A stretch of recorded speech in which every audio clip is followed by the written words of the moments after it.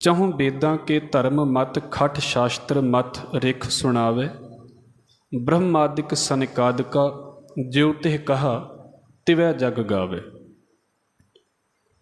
भाई गुरदास साहब ने नमस्कार गुरुदेव को ओद तो गल शुरू करके सृष्टि की उत्पत्ति दे जो साडे इत्थे प्रचलित कारण ने जां तरीके ने भी इस तरीके नाल संसार बनिया दुनिया बनी, उन्हां नूं बोलण तो बाद जिहड़ी ये अज दी विचार है, जिहड़ी हिंदुस्तान की पढ़ाई नूं हुण तक प्रभावित करती है, चाहे वो कोई भी इदां कह लीए भी धर्म होवे, ख्याल होवे, कोई भी विचार होवे, ये लगभग ये जिहड़े 6 शास्त्र ने इन्हां नूं 6 स्कूल्स ऑफ इंडियन फिलोसफी कहा जाता है।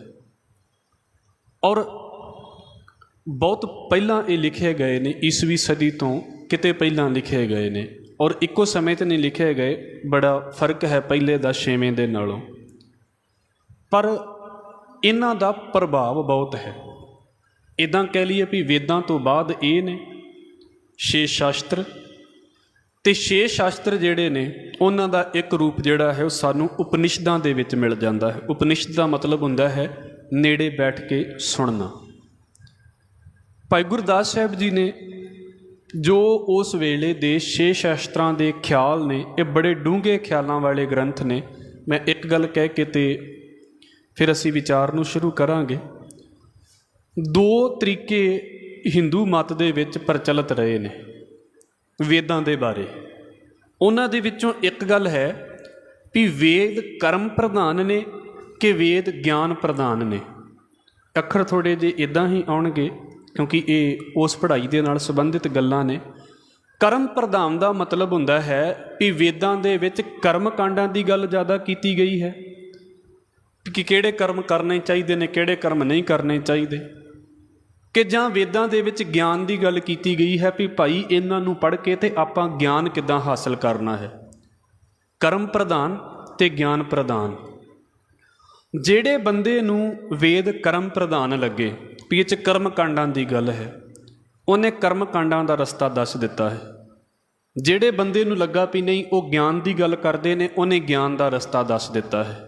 महाराज कहते हैं 6 घर 6 गुर 6 उपदेश। 6 घर का मतलब 6 शास्त्र ने, 6 गुर 6 ही इन्हां दे लिखण वाले ने। इत्थे आवेगा हर एक का जिक्र। 6 उपदेश, फिर इन्हां 6 दे जिहड़े ने वो उपदेश ने। 6 की सिक्ख्या जिहड़ी है वो वख-वख है, किते किते मिल भी जाती है, पर कुछ गल्लां तो एक दूसरे नालों वख हो जाते हैं। हुण भाई गुरदास साहब ने जिहड़ी गल शुरू की है वो वेदां तो बाद की गल आ गई। चहुँ वेदां के धर्म मत खट शास्त्र मत रिख सुनावे। 4 वेदां दा इदां कह लीए निचोड़, उन्हां नूं चंगी तरह पढ़ के जो उन्हां नूं समझ आया, उन्हां ने ऋषियां मुनियां ने उहदे बारे कुछ गल्लां करनियां शुरू कर दित्तियां। चहुँ वेदां के धर्म मत, मथण का मतलब हुंदा है रिड़कना, चंगी तरह घोखना। मतलब 4 वेदां दे विच जिहड़ी गल कीती गई है, जो सिद्धांत दिता गया है, जो गल्लां बोलियां गईयां ने, उन्होंने भाई गुरदास साहब कहते ने इन्हां नूं चंगी तरह मथ के खट शास्त्र, खट का मतलब हुंदा है 6 शास्त्र जिहड़े ने उन्हां दी विचार ऋषि सुणाउंदे ने। ये ऋषियां तो ही आउंदे ने, ऋषियां ने ही जिहड़े 6 शास्त्र ने सुणाए ने, ते वो पहलां बोली दे रूप दे विच सुन के बाद दे विच लिखती रूप दे विच प्रचलित होए ने। खट शास्त्र मथ रिख सुनावे। हुण नाल की कहंदे ने, ब्रह्मादिक सनकादिका ज्यों ते कहा तिवै जग गावे। भी जो कुछ ब्रह्मा वर्गियां ने जां सनकादिक जिहड़े ने, सनक, सनंदन, सनातन, सनत कुमार, ये ब्रह्मा दे पुत्र ने। इन्हां ने जो कुछ संसार नूं मत दित्ती, जो सिक्ख्या दित्ती, साडा देश उदां दी मत दे नाल ही गाई जांदा है। इन्हां नूं मतलब जो प्रचलित है, ज्यों तिह कहा, ज्यों ज्यों इन्हां ने कहा है, तिवैं जग गावे, जग उदां ही गाई जांदा है। गावन पढ़न विचार बहु कोट मध्य ਵਿਰਲਾ ਗੱਤ ਪਾਵੇ। ਭਾਈ ਗੁਰਦਾਸ ਸਾਹਿਬ ਕਹਿੰਦੇ ਨੇ ਵੀ ਬੜੇ ਬੜੇ ਵੇਦਾਂ ਦੇ ਪੜ੍ਹਨ ਵਾਲੇ ਨੇ, ਅਜੇ ਵੀ ਘੱਟ ਨਹੀਂ ਨੇ, ਪਰ ਇੱਦਾਂ ਕਹਿ ਲਈਏ ਵੀ ਹੁਣ ਥੋੜ੍ਹਾ ਜਿਹਾ ਟਰੈਂਡ ਘਟ ਗਿਆ ਇਹਨਾਂ ਚੀਜ਼ਾਂ ਨੂੰ ਪੜ੍ਹਨ ਦਾ। ਪਰ ਬਹੁਤ ਲੋਕ ਇੱਦਾਂ ਦੇ ਹੁੰਦੇ ਸੀ ਜਿਨ੍ਹਾਂ ਨੇ ਮਤਲਬ ਜ਼ਿੰਦਗੀ ਸਾਰੀ ਇਸ ਪਾਸੇ ਤੇ ਲਾ ਦੇਣੀ ਵੀ ਬਸ ਵੇਦਾਂ ਦੀ ਖੋਜ ਸਾਰਾ ਦਿਨ ਕਰੀ ਜਾਣੀ, ਸਾਰਾ ਦਿਨ ਇਹਨਾਂ ਚੀਜ਼ਾਂ ਨੂੰ ਹੀ ਪੜ੍ਹਦੇ ਰਹਿਣਾ। ਔਰ ਬੜੇ ਜਾਣੇ ਨੇ, ਗੁਰੂ ਸਾਹਿਬ ਵਾਰੀ ਤੇ ਕਿੰਨੇ ਹੋਣਗੇ, ਗਿਣਤੀ ਤੇ ਹੁਣ ਨਹੀਂ ਘੱਟ ਕਿਤੇ। ਹਜ਼ੂਰ ਭਾਈ ਗੁਰਦਾਸ ਸਾਹਿਬ ਕਹਿੰਦੇ ਗਾਵਨ ਪੜ੍ਹਨ ਵਿਚਾਰ ਬਹੁ ਬੜੇ ਜਾਣੇ, ਇਹਨਾਂ ਵੇਦਾਂ ਨੂੰ ਪੜ੍ਹਦੇ ਨੇ, ਇਹਨਾਂ ਸ਼ਾਸਤਰਾਂ ਨੂੰ ਪੜ੍ਹਦੇ ਨੇ, ਵਿਚਾਰਦੇ ਵੀ ਬਹੁਤ ਨੇ। ਔਰ ਇੰਨੀਆਂ ਡੂੰਘੀਆਂ ਜੀਆਂ ਗੱਲਾਂ ਨੇ, ਕਿਸੇ ਵੇਲੇ ਤਾਂ ਸਿਰਫ ਗਿਆਨ ਦੀ ਗੱਲ ਇੰਨੀ ਆ ਜਾਂਦੀ ਹੈ ਕਿ ਬੰਦਾ ਅੱਕ ਜਿਹਾ ਜਾਂਦਾ ਵੀ ਇੰਨੀ ਅਕਲ ਦੀ ਗੱਲ ਸੁਣੀ ਵੀ ਨਹੀਂ ਜਾ ਸਕਦੀ। ਇਸ ਕਰਕੇ ਮਹਾਰਾਜ ਨੇ ਸਿਰਫ ਗਿਆਨ ਦੀ ਗੱਲ ਨਹੀਂ ਕੀਤੀ, ਉਹਦੇ ਨਾਲ ਪਿਆਰ ਦੀ ਗੱਲ ਵੀ ਕੀਤੀ ਹੈ। ਗਿਆਨ ਮਾਫ਼ ਕਰਨਾ, ਇਹ ਨਹੀਂ ਵੀ ਗਿਆਨ ਹੋਣਾ ਨਹੀਂ ਚਾਹੀਦਾ, ਪਰ ਇਕੱਲਾ ਗਿਆਨ ਜਿਹੜਾ ਹੁੰਦਾ ਨਾ ਉਹ ਦਿਮਾਗ ਅਕਾ ਦਿੰਦਾ ਹੈ। ਬਹੁਤ ਸਾਰੇ ਸਬਜੈਕਟ ਸਾਡੇ ਸਕੂਲਾਂ ਦੇ ਵਿੱਚ ਜਾਂ ਕਾਲਜ ਦੇ ਵਿੱਚ ਅਸੀਂ ਇੱਦਾਂ ਦੇ ਪੜ੍ਹਦੇ ਹਾਂ, ਜਦੋਂ ਅਸੀਂ ਉਹਨੂੰ ਲਗਭਗ, ਜੋ ਮੇਰੀ ਅਪਰੋਚ ਹੈ, ਹੋ ਸਕਦਾ ਬਾਕੀਆਂ ਦੀ ਨਾ ਹੋਵੇ ਇੱਦਾਂ ਦੀ, ਵੀ ਉਹ ਇੰਨੇ ਡੂੰਘੇ ਹੁੰਦੇ ਨੇ ਵੀ 2-4 ਘੰਟੇ ਜੇਕਰ ਉਹਨਾਂ ਨੂੰ ਲਗਾਤਾਰ ਪੜ੍ਹ ਲਿਆ ਜਾਵੇ ਤਾਂ ਫਿਰ ਨਵੀਂ ਗੱਲ ਦਿਮਾਗ ਦੇ ਵਿੱਚ ਪੈਂਦੀ ਨਹੀਂ ਹੈ। ਇੰਨਾ ਦਿਮਾਗ ਬੰਦ ਕਰ ਦਿੰਦੇ ਨੇ ਉਹ। ਫਿਰ ਉਹਨੂੰ ਸਾਰੀ ਇੱਕ ਸਟਰੈਸ ਨੂੰ ਤੋੜਨ ਦੇ ਲਈ ਬੰਦੇ ਨੂੰ ਕੁਝ ਇਸ ਚੀਜ਼ ਦੇ ਵੱਲ ਜਾਣਾ ਪੈਂਦਾ ਹੈ, ਜਿੱਦਾਂ ਕਹਿ ਲਈਏ ਵੀ ਟੇਸਟ ਚੇਂਜ ਕਰਨਾ ਪੈਂਦਾ, ਨਹੀਂ ਤਾਂ ਉਹ ਬੰਦੇ ਦਾ ਮਾਈਂਡ ਫਰੈਸ਼ ਨਹੀਂ ਹੋਵੇਗਾ। ਇਹ ਪੜ੍ਹਨ ਦੇ ਕੁਝ ਤਰੀਕੇ ਨੇ, ਹਰ ਇੱਕ ਦੇ ਆਪਣੇ ਹੋ ਸਕਦੇ ਨੇ। ਉਹ ਜਦੋਂ ਤੱਕ ਉਹ ਕਿਸੇ ਬਿਲਕੁਲ ਉਹਦੇ ਤੋਂ ਉਲਟ ਚੀਜ਼ ਨੂੰ, ਜਾਂ ਜਿਹੜੀ ਚੀਜ਼ ਨੇ ਉਹਦਾ ਦਿਮਾਗ ਬੰਦ ਕੀਤਾ ਹੈ, 2 ਮਿੰਟ ਉਹਨੂੰ ਰੈਸਟ ਨਹੀਂ ਦੇਵੇਗਾ, ਉਹ ਨਵੀਂ ਗੱਲ ਸੁਣ ਨਹੀਂ ਪਾਵੇਗਾ। ਅਕਸਰ ਹੋ ਜਾਂਦਾ ਹੈ ਇਹ ਜਿਹੜੇ ਨੀਰਸ ਸਬਜੈਕਟ ਹੁੰਦੇ ਨੇ ਨਾ, ਜਿਨ੍ਹਾਂ ਦੇ ਵਿੱਚ ਇੰਟਰਸਟ ਨਹੀਂ ਬਣਦਾ ਬੰਦੇ ਦਾ, ਉਹਨਾਂ ਦੇ ਵਿੱਚ ਦਿੱਕਤ ਆਉਂਦੀ ਹੈ। ਅਤੇ ਉਹਨਾਂ ਦੇ ਵਿੱਚੋਂ ਇੱਕ ਵਿਸ਼ਾ ਇੱਦਾਂ ਹੁੰਦਾ ਹੈ ਜਿਹੜਾ ਮਾਨਸਿਕ ਦੀਆਂ ਗੱਲਾਂ ਦਾ ਹੁੰਦਾ ਹੈ, ਅਕਲ ਜੀ ਦੀਆਂ ਗੱਲਾਂ ਦਾ ਹੁੰਦਾ ਹੈ। ਜੇ ਸਮਝ ਆ ਜਾਵੇ ਤਾਂ ਬੜੀ ਕਮਾਲ ਦੀ ਸਮਝ ਹੈ, ਅਤੇ ਜੇ ਨਾ ਸਮਝ ਆਵੇ ਤਾਂ ਸਭ ਤੋਂ ਬੋਰਿੰਗ ਸਬਜੈਕਟ ਇਹ ਹੁੰਦਾ। ਮੈਂ ਇੱਦਾਂ ਕਹਿ ਲਵਾਂ ਵੀ ਜੇ ਸਾਈਕੋਲੋਜੀ ਸਮਝ ਆ ਗਈ ਤਾਂ ਸਾਈਕੋਲੋਜੀ ਨਾਲ ਦਾ ਆਨੰਦ ਵੀ ਕਿਤੇ ਨੇ, ਅਤੇ ਜੇ ਨਹੀਂ ਸਮਝ ਆਈ ਤਾਂ ਸਭ ਤੋਂ ਬੋਰਿੰਗ ਸਬਜੈਕਟ, ਸਭ ਤੋਂ ਬੋਰਿੰਗ। ਇਹੋ ਹੀ ਹਾਲ ਸਾਇੰਸ ਦਾ ਹੈ, ਇਹੋ ਹੀ ਹਾਲ ਮੈਥ ਦਾ ਹੈ। ਬਾਕੀ ਸਬਜੈਕਟ ਚਲੋ ਥੋੜ੍ਹੇ ਜਿਹੇ ਇੱਦਾਂ ਹੋ ਜਾਂਦੇ ਨੇ ਵੀ ਹਿਸਟਰੀ ਹੈ, ਬੰਦੇ ਨੂੰ ਇੰਟਰਸਟ ਜਿਹਾ ਬਣਿਆ ਰਹਿੰਦਾ ਵੀ ਚਲੋ ਨਵੀਂ ਗੱਲ ਸੁਣਦੇ ਹਾਂ। ਬਹੁਤ ਪੜ੍ਹਾਈਆਂ ਇੱਦਾਂ ਦੀਆਂ, ਅੱਗੇ ਚੱਲ ਕੇ ਤਾਂ ਹੋਰ ਇੱਦਾਂ ਕੰਮ ਖਤਰਨਾਕ ਹੋ ਜਾਂਦਾ। ਬੜੇ ਜਾਣੇ ਇਹਨੂੰ ਪੜ੍ਹਦੇ ਨੇ, ਵਿਚਾਰਦੇ ਨੇ, ਪਰ ਭਾਈ ਸਾਹਿਬ ਕਹਿੰਦੇ ਨੇ ਵੀ ਹੋ ਕੀ ਰਿਹਾ ਹੈ। ਕੋਟ ਮੱਧੇ ਵਿਰਲਾ ਗੱਤ ਪਾਵੇ, ਕੋਈ ਵਿਰਲਾ ਹੀ ਹੈ ਜਿਹੜਾ ਇਹਨਾਂ ਦੀ ਅਸਲੀਅਤ ਨੂੰ ਸਮਝ ਲੈਂਦਾ ਹੈ ਕਿ ਭਾਈ ਇਹ ਗੱਲ ਕੀ ਕਰਦੇ ਪਏ ਨੇ, ਨਹੀਂ ਤਾਂ ਪੜ੍ਹ ਪੜ੍ਹ ਕੇ ਖਤਮ ਹੋ ਗਏ ਸਾਰੇ। ਫਿਰ ਵੇਖੋ, ਇਹ ਅਚਰਜ ਮਨ ਆਵਦੀ, ਪੜ੍ਹਤ ਸੁਣਤ ਕਛ ਭੇਦ ਨਾ ਪਾਵੇ। ਅਤੇ ਵੀ ਇਹ ਵੀ ਹੈਰਾਨੀ ਦੀ ਗੱਲ ਹੈ ਵੀ ਬੰਦਾ ਇਹਨਾਂ ਦੇ ਵੱਲ ਸਾਰੀ ਜ਼ਿੰਦਗੀ ਲਾ ਦੇਵੇ। ਜਿਹੜੇ ਸਬਜੈਕਟ ਨੂੰ ਬੰਦਾ ਲੈ ਕੇ ਚੱਲੇ, ਆਪਾਂ ਸਮਝਦੇ ਹਾਂ ਇਸ ਗੱਲ ਨੂੰ, ਹਰ ਇੱਕ ਬੰਦਾ ਹਰ ਇੱਕ ਲਾਈਨ ਦੇ ਵਿੱਚ ਮਾਸਟਰ ਨਹੀਂ ਹੁੰਦਾ, ਉਹ ਇੱਕੋ ਹੀ ਲਾਈਨ ਦੇ ਵਿੱਚ ਮਾਸਟਰ ਹੁੰਦਾ ਹੈ। ਜੇ ਚੰਗੀ ਤਰ੍ਹਾਂ ਹੋਵੇ ਤਾਂ ਥੋੜ੍ਹਾ ਬਹੁਤਾ ਹੁੰਦਾ ਹੈ, ਬਾਕੀ ਇੱਕ ਲਾਈਨ ਦੇ ਵਿੱਚ ਹੀ ਬੰਦਾ ਮਾਸਟਰ ਹੁੰਦਾ ਹੈ। ਪਰ ਉਸ ਲਾਈਨ ਦੇ ਵਿੱਚ ਮਾਸਟਰ ਹੋ ਕੇ ਵੀ ਬੰਦੇ ਨੂੰ ਜੇ ਪੂਰੀ ਤਰ੍ਹਾਂ ਗੱਲ ਸਮਝ ਨਹੀਂ ਲੱਗਦੀ, ਤੇ ਭਾਈ ਗੁਰਦਾਸ ਸਾਹਿਬ ਕਹਿੰਦੇ ਤੇ ਹੈਰਾਨੀ ਦੀ ਵਾਲੀ ਗੱਲ ਹੈ। ਇਹ ਅਚਰਜ ਮਨ ਆਮਦੀ, ਪੜ੍ਹਤ ਗੁਣਤ, ਬੜੇ ਜਾਣੇ ਪੜ੍ਹਦੇ ਨੇ, ਬੜੇ ਜਾਣੇ ਉਹਦੀ ਵਿਆਖਿਆ ਕਰਦੇ ਨੇ, ਗਾਉਂਦੇ ਨੇ, ਇਹਨਾਂ ਸ਼ਾਸਤਰਾਂ ਨੂੰ, ਵੇਦਾਂ ਨੂੰ ਗਾਉਂਦੇ ਨੇ। ਕਛ ਭੇਦ ਨਾ ਪਾਵੇ, ਪਰ ਭੇਦ ਫਿਰ ਵੀ ਨਹੀਂ ਲੱਭਦਾ। ਇੱਥੇ ਪੰਕਤੀ ਲਿਖੀ ਹੁੰਦੀ ਸੀ, ਪੜ੍ਹਿਆ ਨਾ ਹੀ ਭੇਦ ਬੁੱਝਿਆ ਪਾਵਣਾ, ਖਟ ਦਰਸ਼ਨ ਕੈ ਭੇਦ ਕਿਸੈ ਸੱਚ ਸਮਾਵਣਾ। ਬੜੇ ਵਿਰਲੇ ਨੇ ਇਸ ਪਾਸੇ ਤੋਂ। ਪੜ੍ਹਨ ਵਾਲਿਆਂ ਦੀ ਗਿਣਤੀ ਬਹੁਤ ਤੁਹਾਨੂੰ ਮਿਲ ਜਾਵੇਗੀ, ਪੜ੍ਹ ਕੇ ਸਮਝਣ ਵਾਲਿਆਂ ਦੀ ਗਿਣਤੀ ਬਹੁਤ ਥੋੜ੍ਹੀ ਹੈ। ਹਜ਼ੂਰ ਕਹਿੰਦੇ ਨੇ ਪੜ੍ਹਤ ਗੁਣਤ ਕਛ ਭੇਦ ਨਾ ਪਾਵੇ, ਜੁਗ ਜੁਗ ਇੱਕੋ ਵਰਨ ਹੈ, ਕਲ ਯੁਗ ਕਿਉਂ ਬਹੁਤੇ ਦਿਖਲਾਵੇ। ਅਸੀਂ ਪਿੱਛੇ ਜਦੋਂ ਪੜ੍ਹ ਕੇ ਆਏ ਹਾਂ, ਆਪ ਜੀ ਨੂੰ ਇੱਕ ਗੱਲ ਦੀ ਜਾਣਕਾਰੀ ਹੋ ਜਾਵੇਗੀ ਕਿ ਇੱਕ ਇੱਕ ਵਰਨ ਕਹਿ ਲਈਏ ਵੀ ਇੱਕ ਇੱਕ ਸਮੇਂ ਦੇ ਵਿੱਚ ਪ੍ਰਚਲਿਤ ਰਿਹਾ ਹੈ। ਸਤਯੁਗ ਦਾ ਇੱਕ ਆਪਣਾ ਵਰਨ ਹੋ ਗਿਆ, ਬ੍ਰਾਹਮਣ ਵਰਨ ਦੀ ਗੱਲ ਆ ਗਈ, ਇੱਦਾਂ ਤ੍ਰੇਤੇ ਦਾ, ਦੁਆਪਰ ਦਾ ਇੱਕ ਵਰਨ ਆ ਗਿਆ। ਭਾਈ ਗੁਰਦਾਸ ਸਾਹਿਬ ਕਹਿੰਦੇ ਨੇ ਵੀ ਹੈਰਾਨੀ ਇਸ ਗੱਲ ਦੀ ਵੀ ਹੁੰਦੀ ਆ ਵੀ ਇਸ ਕਲਯੁੱਗ ਦੇ ਵਿੱਚ ਇੰਨੇ ਵਰਨ ਕਿੱਦਾਂ ਹੋ ਗਏ। 4 ਤਾਂ ਇਹੋ ਹੀ ਮੇਨ ਹੋ ਗਏ। ਇਹਦੇ ਤੋਂ ਇਲਾਵਾ ਤੁਸੀਂ ਵੇਖੋ, ਹਰ ਕੋਈ ਆਪਣੀ ਬਰਾਦਰੀ, ਆਪਣੀ ਜਾਤ ਪਾਤ, ਆਪਣੀ ਤੀਜ ਦੀ ਜੋ ਵੀ ਹੈ, ਆਪਣੇ ਆਪਣੇ ਮਤ ਨੂੰ, ਆਪਣੀ ਆਪਣੀ ਈਗੋ ਨੂੰ ਗਾਉਣਾ ਚਾਹੁੰਦਾ ਹੈ। ਭਾਵੇਂ ਉਹਨਾਂ ਦੇ ਵਰਣਾਂ ਨੂੰ ਮਾਨਤਾ ਮਿਲੀ ਅਤੇ ਭਾਵੇਂ ਨਹੀਂ ਮਿਲੀ, ਪਰ ਗੱਲ ਕੀ ਹੈ, ਆਪਣੇ ਆਪਣੀ ਮਤ ਨੂੰ ਹਰ ਕੋਈ ਗਾਉਣਾ ਚਾਹੁੰਦਾ ਹੈ। ਉਹ ਆਖਰੀ ਪੰਕਤੀ ਦੇ ਵਿੱਚ ਕਰਨਗੇ, ਕਲਯੁੱਗ ਕਿਉਂ ਬਹੁਤੇ ਦਿਖਲਾਵੇ। ਭਾਈ ਇਸ ਸਮੇਂ ਦੇ ਵਿੱਚ ਇੰਨੇ ਜ਼ਿਆਦਾ ਕਿਉਂ ਹੋ ਗਏ ਇਹ ਵਰਣ। ਜੰਦਰੇ ਵੱਜੇ ਤ੍ਰਿਹ ਜੁਗੀ, ਕਥ ਪੜ ਰਹਿ ਭਰਮ ਨਹਿ ਜਾਵੇ।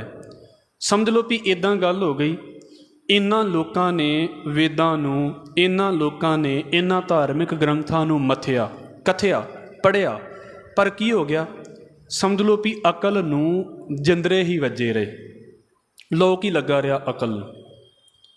ਉਹ ਭਰਮ ਨਹੀਂ ਅੰਦਰੋਂ ਦੂਰ ਹੋਇਆ। ਜਿਹੜਾ ਭਰਮ ਪਹਿਲਾਂ ਸੀ ਨਾ, ਪੜ੍ਹਨ ਤੋਂ ਬਾਅਦ ਵੀ ਭਰਮ ਇੱਦਾਂ ਦਾ ਹੀ ਰਹਿ ਗਿਆ। ਇਹ ਹੁਣ ਵੀ ਇੱਦਾਂ ਹੀ ਚੱਲਦਾ ਹੈ ਬੰਦਿਆਂ ਦੇ ਨਾਲ। ਵਾਹਿਗੁਰੂ ਬਖਸ਼ ਲਵੇ। ਉਹ ਤੱਤ ਦੀ ਸਮਝ ਨਹੀਂ ਆਉਂਦੀ। ਉਹ ਜਿਹੜੀ ਅਸਲੀਅਤ ਦੀ ਗੱਲ ਜਾਂ ਰੱਬ ਦੀ ਗੱਲ ਹੁੰਦੀ ਹੈ, ਉਹ ਇਹਨਾਂ ਨੂੰ ਪੜ੍ਹਨ ਤੋਂ ਬਾਅਦ ਵੀ ਬੰਦੇ ਦੇ ਪੱਲੇ ਨਹੀਂ ਆਈ।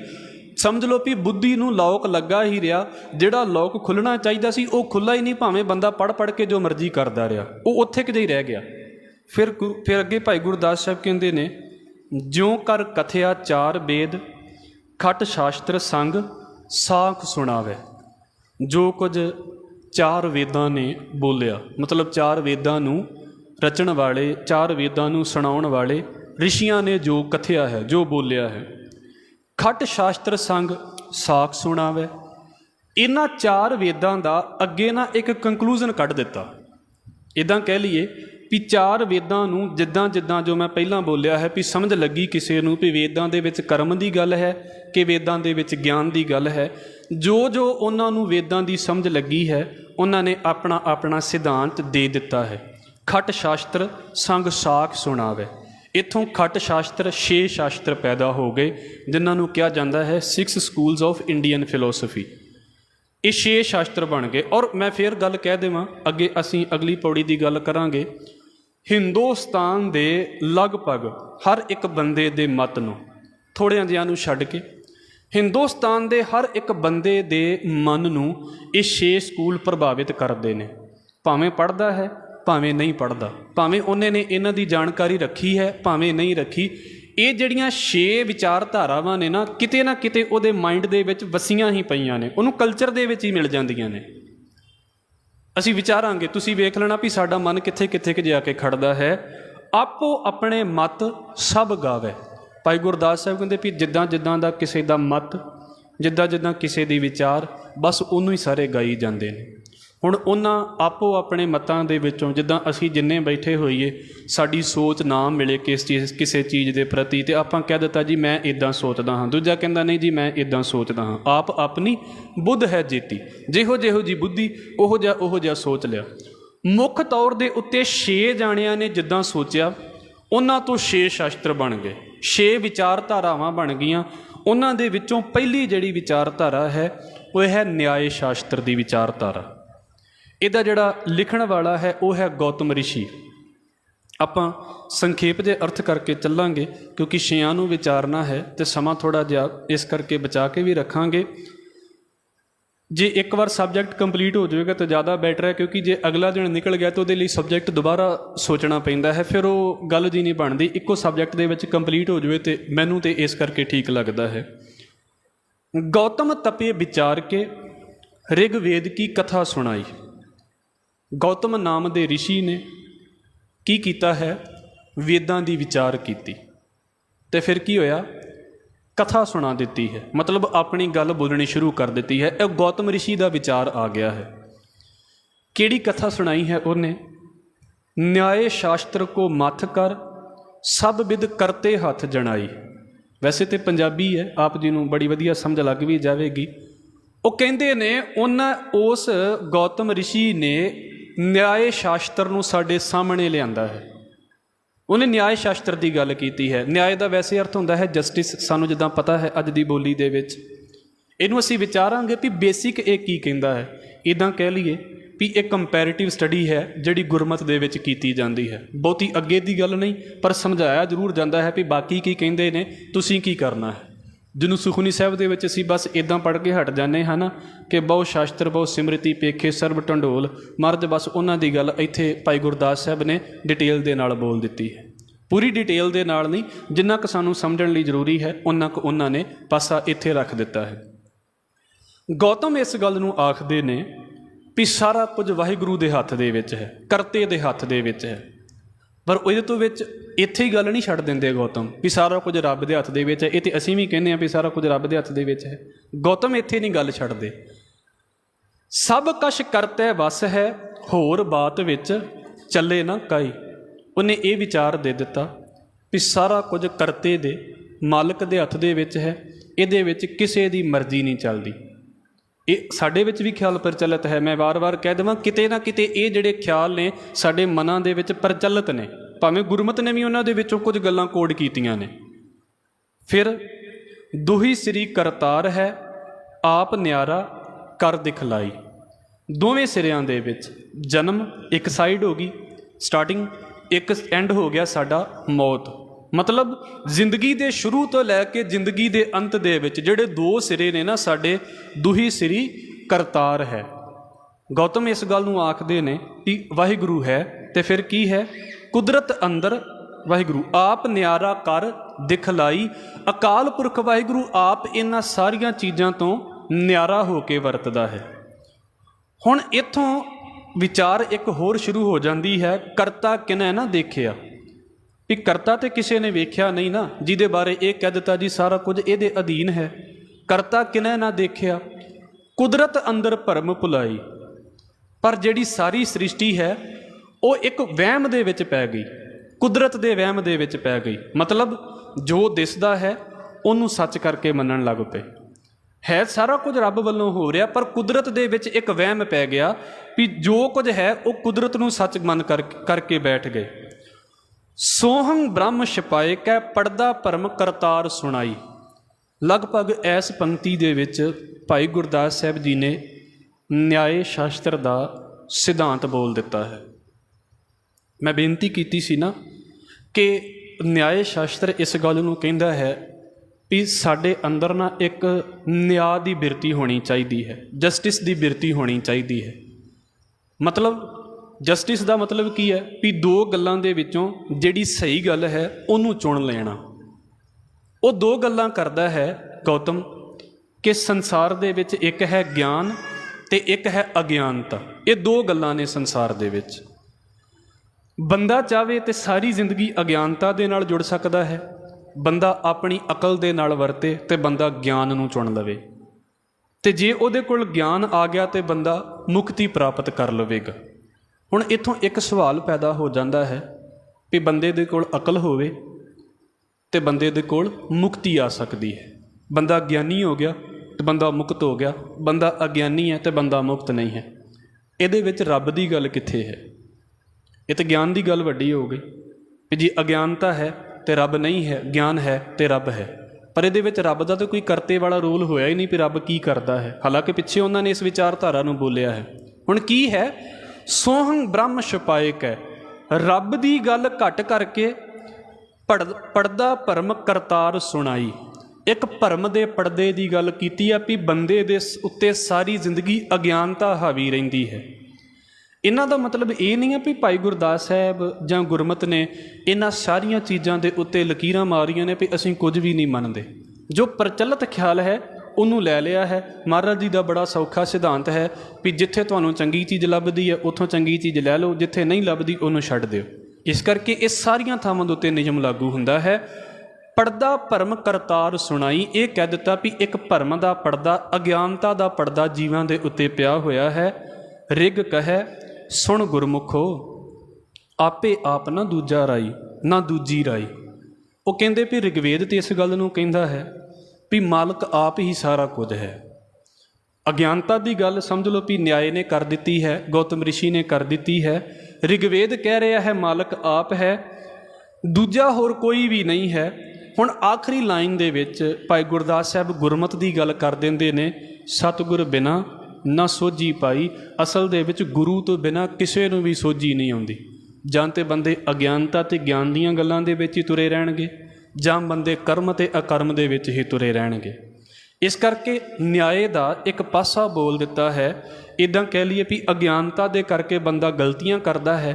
ਜੇ ਬੰਦੇ ਕੋਲ ਸਹੀ ਜਾਣਕਾਰੀ ਹੋਵੇਗੀ ਤੇ ਬੰਦਾ ਮੁਕਤ ਹੋ ਜਾਵੇਗਾ। ਬੰਦੇ ਨੂੰ ਭਰਮ ਪਿਆ ਹੋਇਆ ਹੈ ਅਗਿਆਨਤਾ ਦਾ।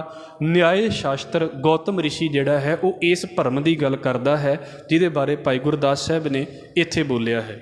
ਫਿਰ ਅਗਲੀ ਗੱਲ ਮੀਮਾਂਸਾ। ਵੈਸੇ ਇਹਦਾ ਅਰਥ ਹੁੰਦਾ ਹੈ ਗੰਭੀਰਤਾ ਦੇ ਨਾਲ ਕਿਸੇ ਚੀਜ਼ ਨੂੰ ਸਮਝਣਾ, ਸੁਣਨਾ। ਕਰਮ ਸਿਧਾਂਤ ਦੀ ਗੱਲ ਅਸੀਂ ਅਕਸਰ ਕਹਿੰਦੇ ਹੁੰਦੇ ਹਾਂ ਨਾ ਵੀ ਸਾਰਾ ਕੁਝ ਕਰਮਾਂ ਦੇ ਨਾਲ ਹੀ ਵਾਪਰਦਾ ਹੈ। ਇਹ ਉਸ ਸਿਧਾਂਤ ਦੇ ਵਿੱਚੋਂ ਗੱਲ ਨਿਕਲਦੀ ਹੈ। ਉਹ ਕੀ ਹੈ? ਫਿਰ ਜੈਮਨ ਰਿਖ ਬੋਲਿਆ, ਜਜੁਰਵੇਦ ਮਤ ਕਥਾ ਸੁਣਾਵੇ। ਜੈਮਿਨੀ ਇਹਦਾ ਨਾਮ ਹੈ। ਇਹ ਜਿਹੜੇ ਜਿਨ੍ਹਾਂ ਨੂੰ ਪੜ੍ਹਾਈ ਦੇ ਵਿੱਚ ਖਾਸ ਕਰਕੇ ਰਿਲੀਜੀਅਸ ਸਟੱਡੀ ਕਰਨੀ ਪੈਂਦੀ ਹੈ ਉਹਨਾਂ ਦੇ ਸਾਹਮਣੇ ਇਹ ਨਾਮ ਆਉਂਦੇ ਨੇ। ਵੈਸੇ ਤਾਂ ਜ਼ਿੰਦਗੀ ਦੇ ਵਿੱਚੋਂ ਹਟ ਗਏ, ਕਿਉਂਕਿ ਚਲੋ ਸਾਡਾ ਸੰਬੰਧ ਹੈ, ਇਸ ਕਰਕੇ ਅਸੀਂ ਵਿਚਾਰਦੇ ਪਏ ਹਾਂ। ਜੈਮਿਨੀ ਰਿਸ਼ੀ ਜਿਹੜਾ ਹੈ ਉਹਨੇ ਜਜੁਰਵੇਦ ਦਾ ਸਿਧਾਂਤ ਸਾਡੇ ਸਾਹਮਣੇ ਰੱਖ ਦਿੱਤਾ ਹੈ। ਉਹ ਕੀ ਕਹਿ ਰਿਹਾ ਹੈ? ਉਹਦਾ ਸਿਧਾਂਤ ਕੀ ਕਹਿੰਦਾ ਹੈ? ਜੈਮਿਨੀ ਦਾ ਮੀਮਾਂਸਾ ਸ਼ਾਸਤਰ ਜਿਹਨੂੰ ਕਿਹਾ ਜਾਂਦਾ ਹੈ। ਮੀਮਾਂਸਾ ਦੇ ਵਿੱਚ ਵੀ ਅੱਗੇ ਦੋ ਆ ਜਾਂਦੇ ਨੇ, ਉੱਤਰ ਮੀਮਾਂਸਾ ਅਤੇ ਪੂਰਬ ਮੀਮਾਂਸਾ। ਇਹ ਕਰਮ ਪ੍ਰਧਾਨ ਹੈ। ਕਰਮ ਪ੍ਰਧਾਨ ਦਾ ਮਤਲਬ ਜਿਹੜਾ ਕਰਮਾਂ ਦੇ ਉੱਤੇ ਬੜਾ ਜ਼ੋਰ ਦਿੰਦਾ ਹੈ ਵੀ ਕਰਮ ਇੱਦਾਂ ਦੇ ਹੋਣ ਤੇ ਬੰਦੇ ਕੋਲ ਮੁਕਤੀ ਹੈ, ਕਰਮ ਇੱਦਾਂ ਦੇ ਨਹੀਂ ਤੇ ਬੰਦੇ ਕੋਲ ਮੁਕਤੀ ਨੇ। ਕਰਮਾਂ ਦੇ ਉੱਤੇ ਬੜਾ ਜ਼ੋਰ ਦਿੰਦਾ ਹੈ।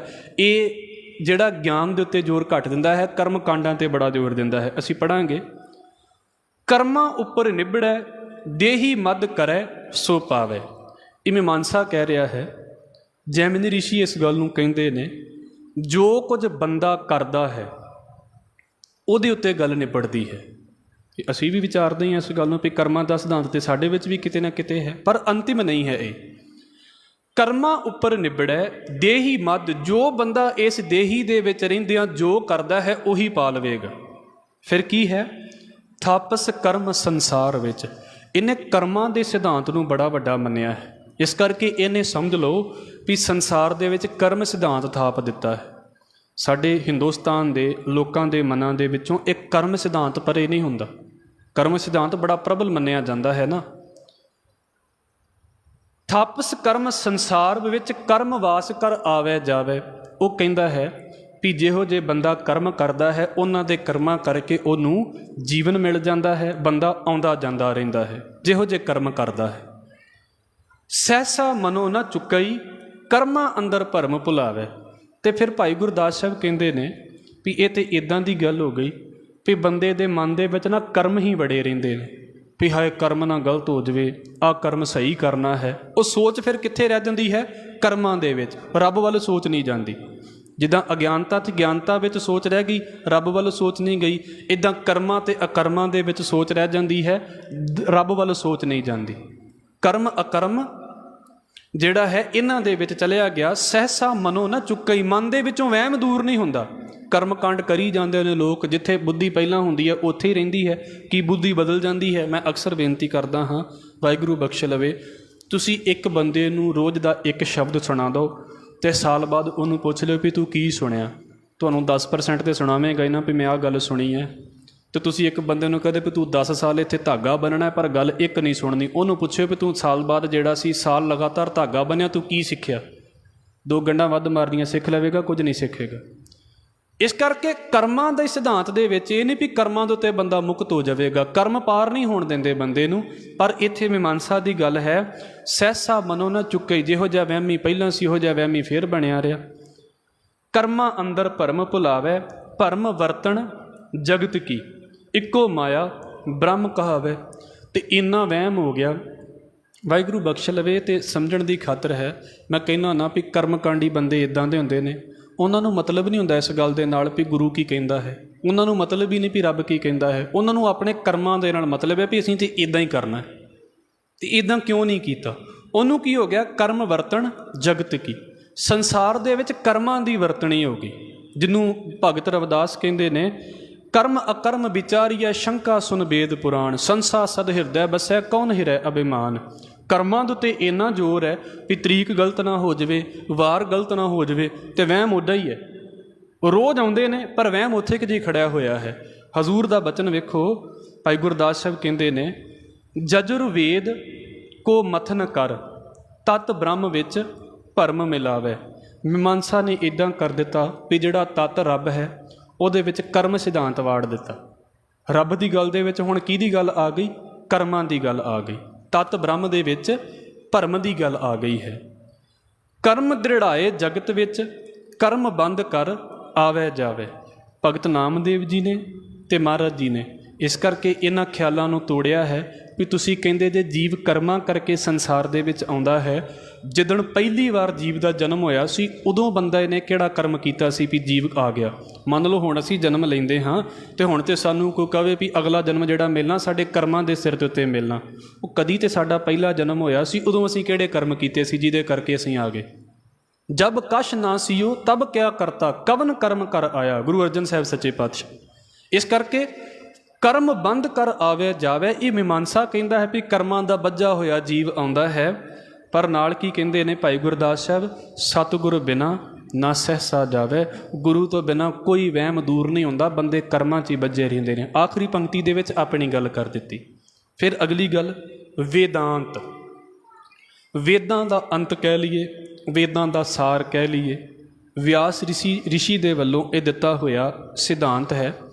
ਇਹਦੇ ਵਿੱਚ ਨਾ ਇੱਦਾਂ ਕਹਿ ਲਈਏ, ਰੱਬ ਦੇ ਨਾਲੋਂ ਆਤਮਾ ਦੀ ਗੱਲ ਜ਼ਿਆਦਾ ਕੀਤੀ ਗਈ, ਆਪਣੇ ਅੰਦਰ ਦੀ ਗੱਲ ਜ਼ਿਆਦਾ ਕੀਤੀ ਗਈ ਹੈ। ਅਤੇ ਸੁਭਾਵਿਕ ਜੀ ਗੱਲ ਹੈ ਵੀ ਜੇ ਆਪਣੇ ਅੰਦਰ ਦੀ ਗੱਲ ਕੀਤੀ ਗਈ ਹੈ ਤਾਂ ਬੰਦੇ ਹੰਕਾਰੀ ਜ਼ਿਆਦਾ ਹੋ ਜਾਂਦੇ ਨੇ। ਜਿਨ੍ਹਾਂ ਨੂੰ ਰੱਬ ਦੀ ਗੱਲ ਘੱਟ ਸੁਣਾਈ ਜਾਵੇ ਅਤੇ ਆਪਣੀ ਗੱਲ ਜ਼ਿਆਦਾ ਸੁਣਾਈ ਜਾਵੇ ਨਾ, ਉਹ ਫਿਰ ਹੰਕਾਰ ਦਾ ਪਾਸਾ ਲੈ ਕੇ ਤੁਰ ਪੈਂਦੇ ਨੇ। ਭਾਈ ਗੁਰਦਾਸ ਸਾਹਿਬ ਕਹਿੰਦੇ ਨੇ, ਸਿਆਮ ਵੇਦ ਕਉ ਸੋਧ ਕਰ, ਮੱਥ ਵੇਦਾਂਤ ਬਿਆਸ ਸੁਣਾਇਆ। ਸਾਮ ਵੇਦ ਦੀ ਗੱਲ ਆ ਗਈ, ਇਹਨੂੰ ਚੰਗੀ ਤਰ੍ਹਾਂ ਘੋਖ ਕੇ, ਚੰਗੀ ਤਰ੍ਹਾਂ ਵਿਚਾਰ ਕੇ ਅਤੇ ਵਿਆਸ ਰਿਸ਼ੀ ਨੇ ਵੇਦਾਂਤ ਦੀ ਗੱਲ ਸੁਣਾ ਦਿੱਤੀ ਹੈ। ਮਤਲਬ ਵੇਦਾਂਤ ਸ਼ਾਸਤਰ ਦੇ ਬਾਰੇ ਬੋਲ ਦਿੱਤਾ ਹੈ। ਕਥਨੀ ਬਦਨੀ ਬਾਹਰਾ, ਆਪੇ ਆਪਣਾ ਬ੍ਰਹਮ ਜਣਾਇਆ।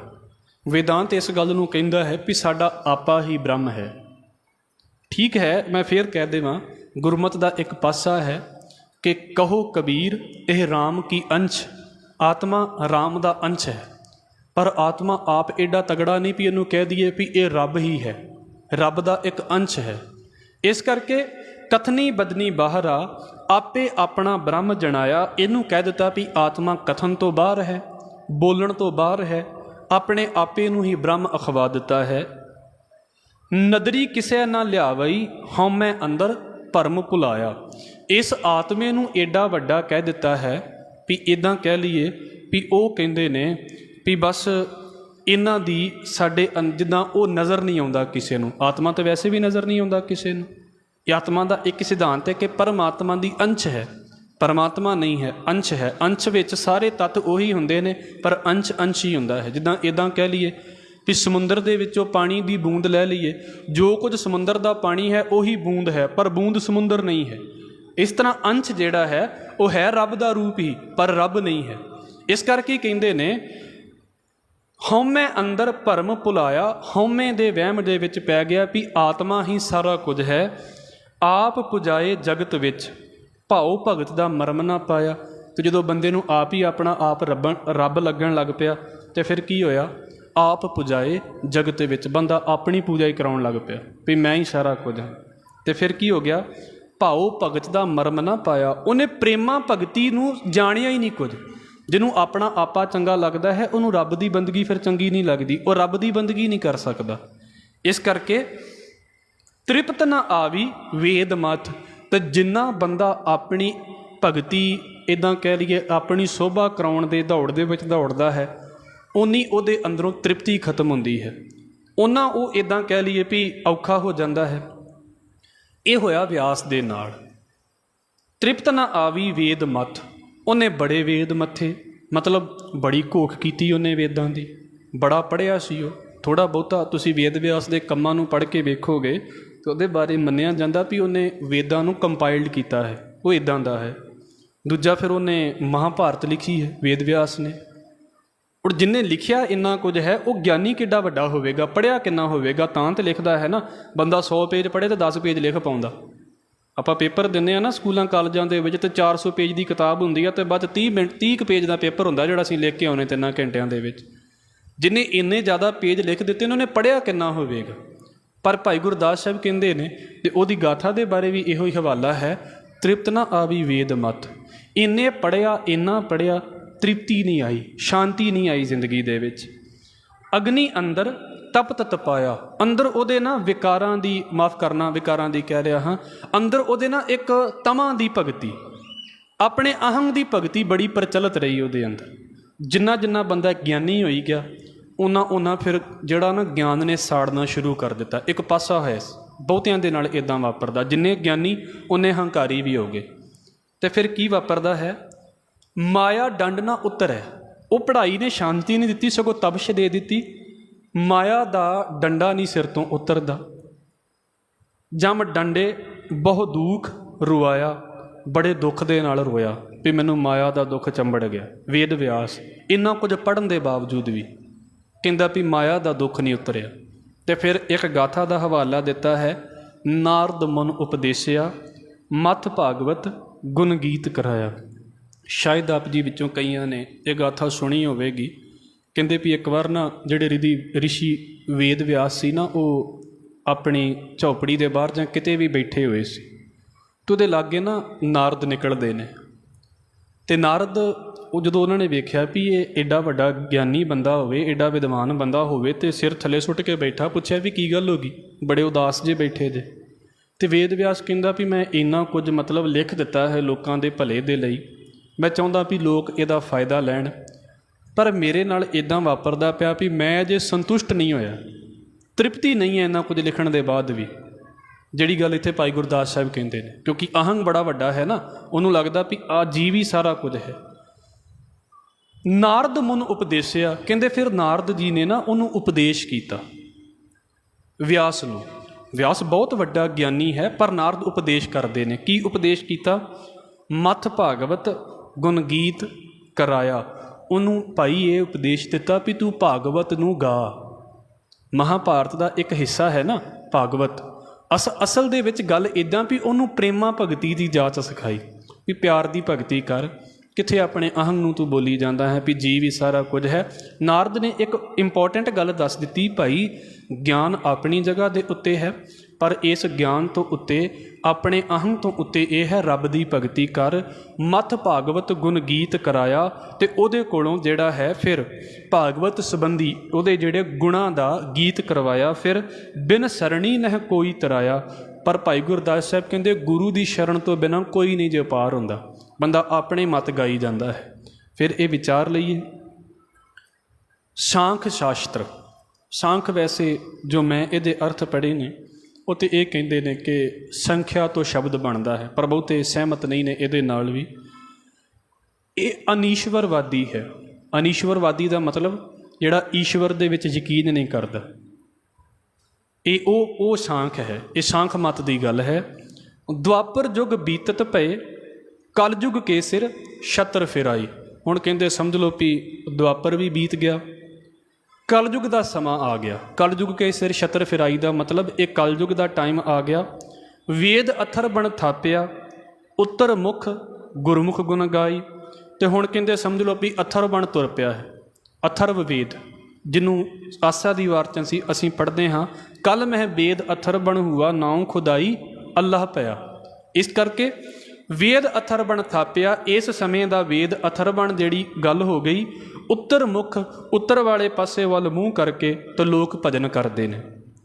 ਕਪਿਲ ਰਿਸ਼ੀ ਸੁਰ ਸਾਂਖ ਮਤ ਅਥਰ ਬਣ ਵੇਦ ਕੀ ਰਿਚਾ ਸੁਣਾਈ। ਕਪਿਲ ਇਹਨੂੰ ਰਚਣ ਵਾਲਾ ਹੈ, ਸਾਂਖ ਸ਼ਾਸਤਰ ਦਾ ਕਰਤਾ ਜੋ ਮੰਨਿਆ ਜਾਂਦਾ ਹੈ। ਰਿਚਾ ਦਾ ਮਤਲਬ ਹੁੰਦਾ ਹੈ ਇੱਕ ਸਲੋਕ, ਮਤਲਬ ਕਪਿਲ ਰਿਸ਼ੀ ਨੇ ਸਾਂਖ ਸ਼ਾਸਤਰ ਦੀ ਗੱਲ ਬੋਲ ਦਿੱਤੀ ਹੈ। ਇਹ ਪੁਰਸ਼ ਅਤੇ ਪ੍ਰਕਿਰਤੀ ਦੀ ਗੱਲ ਕਰਦਾ ਹੈ, ਅਨਾਦੀ ਮੰਨਦਾ ਹੈ ਪ੍ਰਕਿਰਤੀ ਨੂੰ। ਹਜ਼ੂਰ ਕਹਿੰਦੇ ਨੇ ਭਾਈ ਗੁਰਦਾਸ ਸਾਹਿਬ, ਗਿਆਨ ਮਹਾਰਸ ਪੀ ਕੇ ਸਿਮਰੈ ਨਿਤ ਅਨਿਤ ਨਿਆਈ। ਉਹ ਕਹਿੰਦਾ ਹੈ ਵੀ ਬੰਦੇ ਦੇ ਪੱਲੇ ਨਾ ਗਿਆਨ ਹੋਣਾ ਚਾਹੀਦਾ ਹੈ, ਸਮਝ ਹੋਣੀ ਚਾਹੀਦੀ ਹੈ। ਜਿੱਦਾਂ ਨਿਆਏ ਕਹਿੰਦਾ ਨਾ ਵੀ ਅਗਿਆਨਤਾ ਅਤੇ ਗਿਆਨ ਦੀ ਗੱਲ ਚੱਲਦੀ ਹੈ, ਅਗਿਆਨਤਾ ਦੇ ਕਰਕੇ ਰੱਬ ਤੋਂ ਦੂਰ ਹੈ ਜੀਵ। ਇੱਦਾਂ ਜਿਹੜਾ ਸਾਂਖ ਹੈ ਉਹ ਕਹਿੰਦਾ ਹੈ ਵੀ ਬੰਦਾ ਅਕਲ ਵਰਤੇ, ਗਿਆਨ ਵਰਤੇ, ਸਮਝ ਵਰਤੇ। ਅਤੇ ਇਹਦੇ ਨਾਲ ਕੀ ਹੋਵੇਗਾ, ਜੇ ਗਿਆਨ ਮਹਾਰਸ ਪੀ ਕੇ ਬੰਦੇ ਦੇ ਕੋਲ ਗਿਆਨ ਹੈ ਨਾ, ਸਿਮਰੇ ਨਿਤ ਅਨਿਤ ਨਿਆਈ, ਕਿ ਉਹ ਨਿਤ ਨਾ ਰਹਿਣ ਵਾਲੇ ਅਤੇ ਅਨਿਤ ਜਿਹੜੇ ਨੇ, ਭਾਵ ਕਿ ਨਿਤ ਰਹਿਣ ਵਾਲੇ ਅਤੇ ਅਨਿਤ ਜਿਹੜੇ ਨੇ ਉਹਨਾਂ ਦੇ ਵਿੱਚ ਫਰਕ ਨੂੰ ਸਮਝ ਸਕਦਾ ਹੈ। ਕਹਿਣ ਦਾ ਭਾਵ ਇਹ ਹੈ ਕਿ ਪੁਰਸ਼ ਅਤੇ ਪ੍ਰਕਿਰਤੀ ਦੇ ਵਿੱਚੋਂ ਆਪਣੇ ਆਪ ਨੂੰ ਵੱਖਰਾ ਰੱਖ ਕੇ ਅਤੇ ਸਮਝ ਸਕਦਾ ਵੀ ਮੈਂ ਦੁਨੀਆ ਦੇ ਵਿੱਚੋਂ ਦੁੱਖ ਕਿੱਦਾਂ ਖਤਮ ਕਰਨੇ ਨੇ।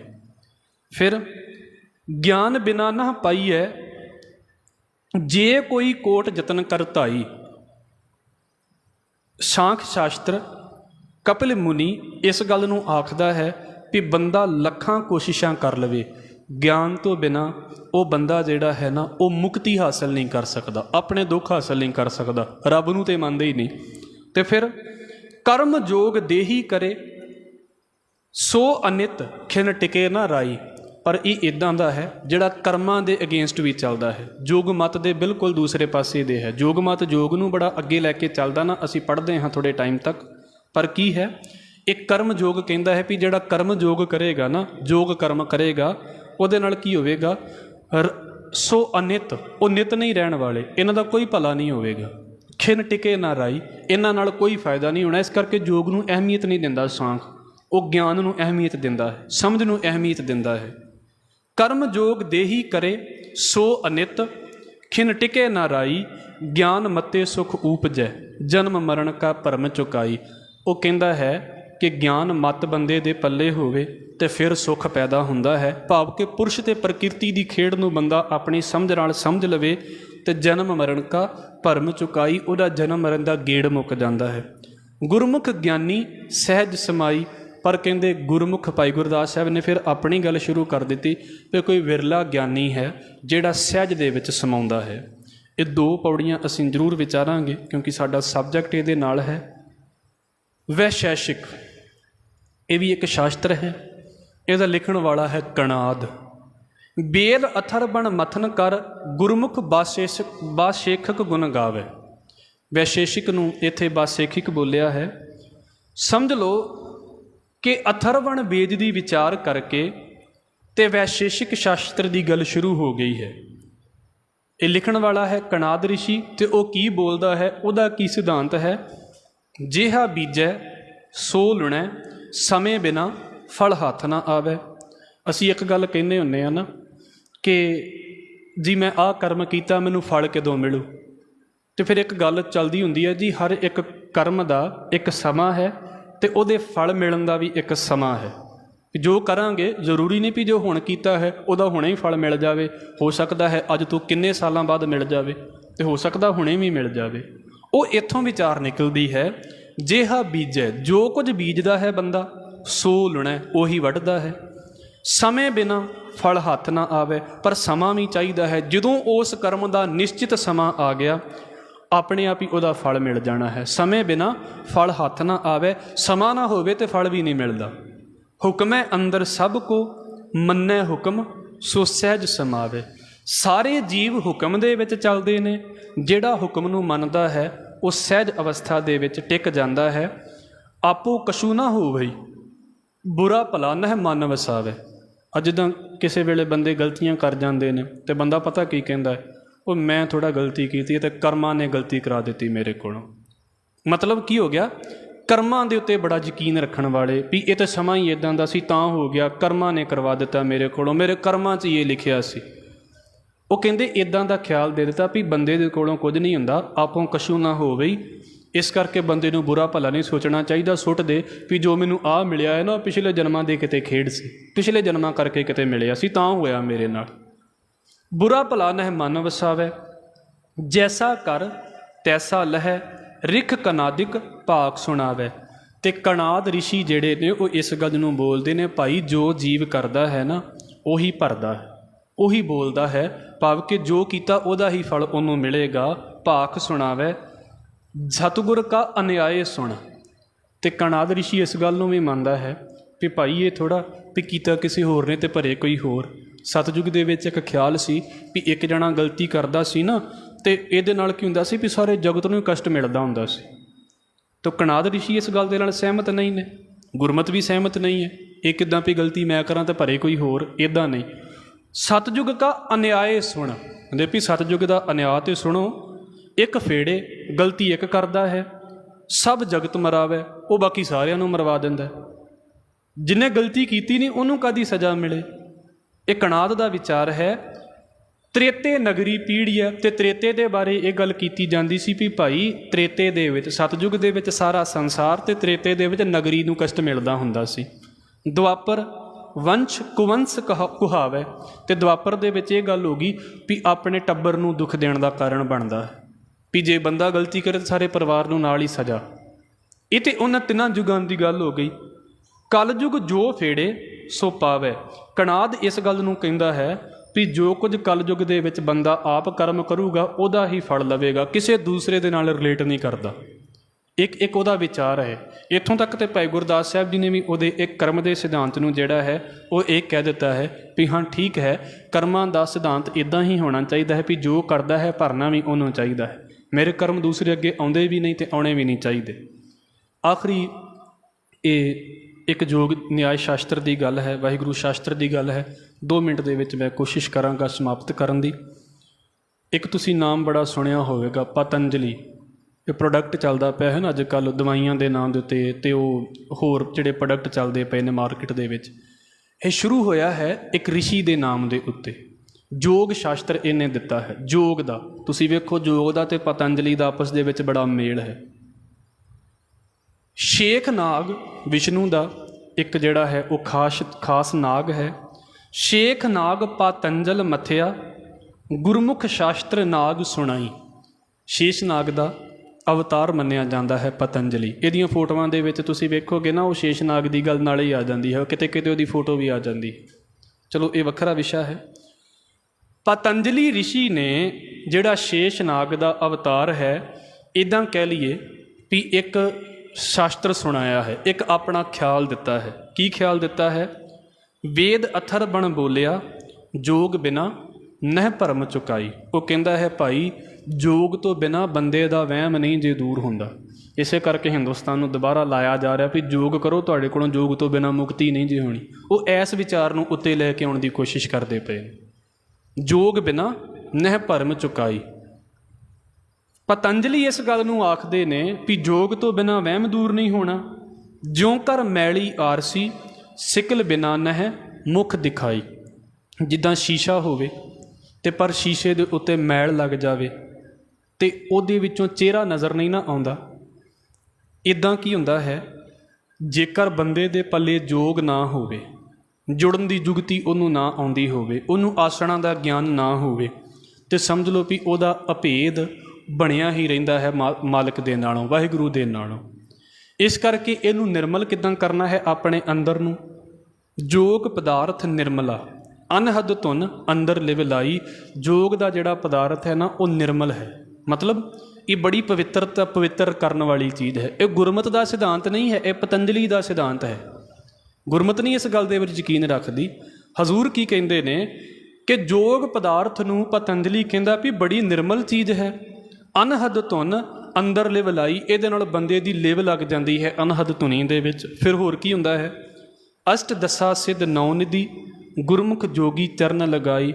18 ਸਿੱਧੀਆਂ, 10 ਤੇ 8 18 ਸਿੱਧੀਆਂ, 9 ਨਿਧੀਆਂ, ਇਹ ਸਾਰੀਆਂ ਜੋਗੀ ਦੇ ਚਰਨਾਂ ਦੇ ਨਾਲ ਜੁੜ ਜਾਂਦੀਆਂ ਨੇ। ਜਿਹੜਾ ਬੰਦਾ ਆਸਣ ਲਾਉਂਦਾ ਹੈ, ਜਿਹੜਾ ਬੰਦਾ ਰਿਧੀਆਂ ਸਿੱਧੀਆਂ ਦੇ ਵਿੱਚ ਉਹ ਪ੍ਰਵੀਨ ਹੋ ਜਾਂਦਾ ਹੈ, ਜੋ ਯੋਗ ਸਾਧਨ ਕਰਦਾ ਹੈ। ਤ੍ਰਿਹ ਜੁਗਾ ਕੀ ਬਾਸਨਾ, ਕਲਯੁਗ ਵਿੱਚ ਪਤੰਜਲ ਪਾਈ। ਪਤੰਜਲੀ ਨੇ ਕਹਿੰਦੇ ਵੀ ਇੰਨੀ ਸਾਧਨਾ ਕੀਤੀ। ਉਹ ਕਹਿੰਦਾ ਹੈ ਵੀ ਜੋ ਕੁਝ ਬੰਦਾ ਚਾਹੇ ਨਾ, ਜੋ ਕੁਝ ਵੀ ਮੰਗਣਾ ਚਾਹੇ, ਯੋਗ ਦੀ ਸਾਧਨਾ ਕਰੇ ਤਾਂ ਬੰਦੇ ਨੂੰ ਮਿਲ ਜਾਂਦਾ ਹੈ। ਹੱਥੋਂ ਹੱਥ ਪਾਈਐ, ਹੱਥੋਂ ਹੱਥੀ ਪਾਈਐ, ਭਗਤ ਯੋਗ ਕੀ ਪੂਰ ਕਮਾਈ। ਹੁਣ ਇੱਥੇ ਭਾਈ ਗੁਰਦਾਸ ਸਾਹਿਬ ਕਹਿੰਦੇ ਨੇ, ਪਤੰਜਲੀ ਤਾਂ ਕਹਿੰਦਾ ਹੈ ਨਾ ਵੀ ਯੋਗ ਦਾ ਇੱਕ ਸ਼ਾਸਤਰ ਹੈ ਜਿਹਨੂੰ ਕਰਕੇ ਤੇ ਇੱਦਾਂ ਕਹਿ ਲਈਏ ਵੀ ਬੰਦਾ ਜਿਹੜਾ ਯੋਗੀ ਹੋਵੇਗਾ ਉਹ ਚੀਜ਼ਾਂ ਨੂੰ ਪਾਉਂਦਾ ਹੈ। ਭਾਈ ਗੁਰਦਾਸ ਸਾਹਿਬ ਕਹਿੰਦੇ ਹੱਥੋਂ ਹੱਥੀ ਪਾਈਐ, ਉਸੇ ਵੇਲੇ ਹੀ ਸਾਰਾ ਕੁਝ ਮਿਲ ਜਾਂਦਾ ਹੈ। ਕਿੱਦਾਂ? ਭਗਤ ਯੋਗ ਕੀ ਪੂਰ ਕਮਾਈ। ਜਿਹੜਾ ਭਗਤੀ ਯੋਗ ਹੈ ਨਾ, ਇਹ ਪਤੰਜਲੀ ਦਾ ਸਿਧਾਂਤ ਨਹੀਂ ਹੈ। ਭਗਤੀ ਯੋਗ ਉਹਦਾ ਯੋਗ ਹੈ।